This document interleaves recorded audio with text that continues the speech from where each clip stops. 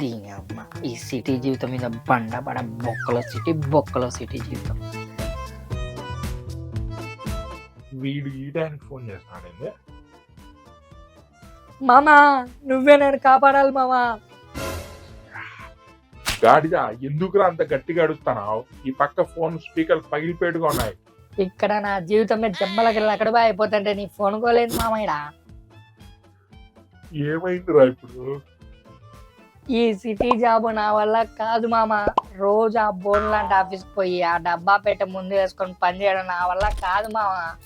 మా మేనేజర్ గాడు జైల్లో పోలీసు వాళ్ళ కంటే ఘోరంగా టార్చర్ పెడుతున్నాడు మామ. ఆడ నువ్వే ఒకసారి మా నాన్నతో మాట్లాడు మామ. జాబ్ మానేసి కనుక ఊళ్ళో అడుగు పెట్టినా నడు మీద కొట్టి టౌన్ సైడ్ లో సులభ్ కాంప్లెక్స్ దగ్గర కూర్చోబెడతా అంటున్నాడు మామ.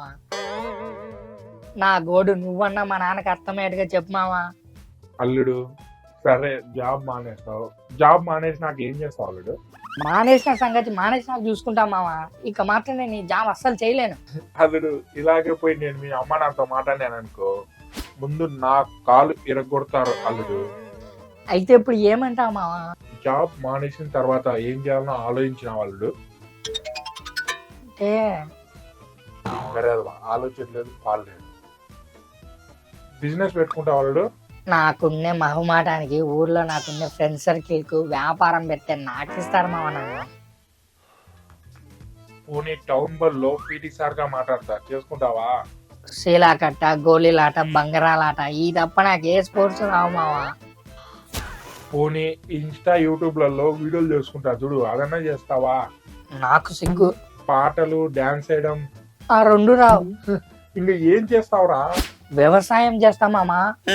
వ్యవసాయం? పనస పండు, దోస పండు, ఒకటి చెట్టు కాస్తాది, ఒకటి తీగ కాస్తాది. దీంతో ఏది చెట్టు కాస్తాది, ఏది తీగ కాస్తాది చెప్పల్లుడు? Difficult question అడిగినాడే. పనస పండు అంటే బాగా బరువు ఉంటుంది, గాల్లో ఏ చెట్టు వేయలేదు. దోసకాయ అంటే బాగా బరువు తక్కువ ఉంటుంది. దోసకాయ చెట్టు కాస్తుంది, పనస పండు నేలపైన తీగ కాస్తుంది మామ. ఈ జ్ఞానంతో నువ్వు వ్యవసాయం చేస్తావా? నీ అబ్బా, పనస పండు చెట్టు కాస్తాది, దోసకాయ తీగ కాస్తాదిరా. అల్లుడు భారతదేశంలో రైతుల కంటే గౌరవం ఉంది అల్లుడు.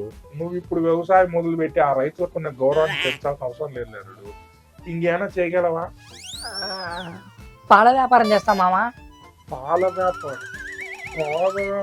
పాల వ్యాపారం చేస్తావు అల్లుడు?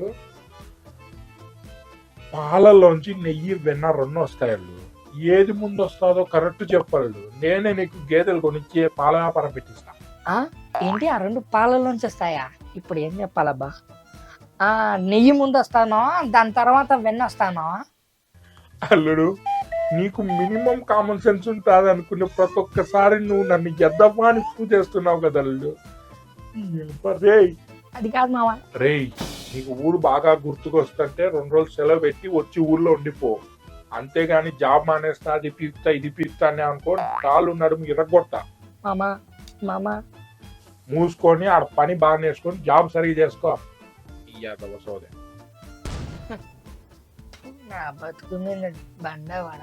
ఇక నా జీవితం ఈ సిటీ లైఫ్ లో కూలోని బతికేనా? ఇదిగో తీసుకో బావా. బామర్ది వానికి మళ్ళీ ఎక్కువ కష్టంగా ఉంటే వచ్చే మనం ఇక్కడే ఏదో ఒక దాంతో ఎరికిస్తాంలే. అదేం కాదులే బావా. వాడిప్పుడు బీరాలు అట్నే పలుకుతాడు, అట్ చేస్తా ఇచ్చేస్తా అని. ఒక్కసారి ఊళ్ళోకి వచ్చినాడా ఆ ఏదో ఫ్రెండ్స్ తో కలుస్తాడు, మళ్ళా మొదటికి వస్తాడు. వానికి ఆ జాబే సెట్ బావా. పోయి ఒక్క నెల కదా బావా అయింది, ఒక 2-3 నెలలకు సెట్ అవుతాలే బావా వాడే. అంతే అంటావా? అంతే బావా. నువ్వు ఎక్కువ ఆలోచన పెట్టుకోకుండా ఈ బాలయ్య బ్రాండ్ వేసి జీ బాలయ్య అని మైండ్ కూల్ చేసుకో. జై బాలయ్య.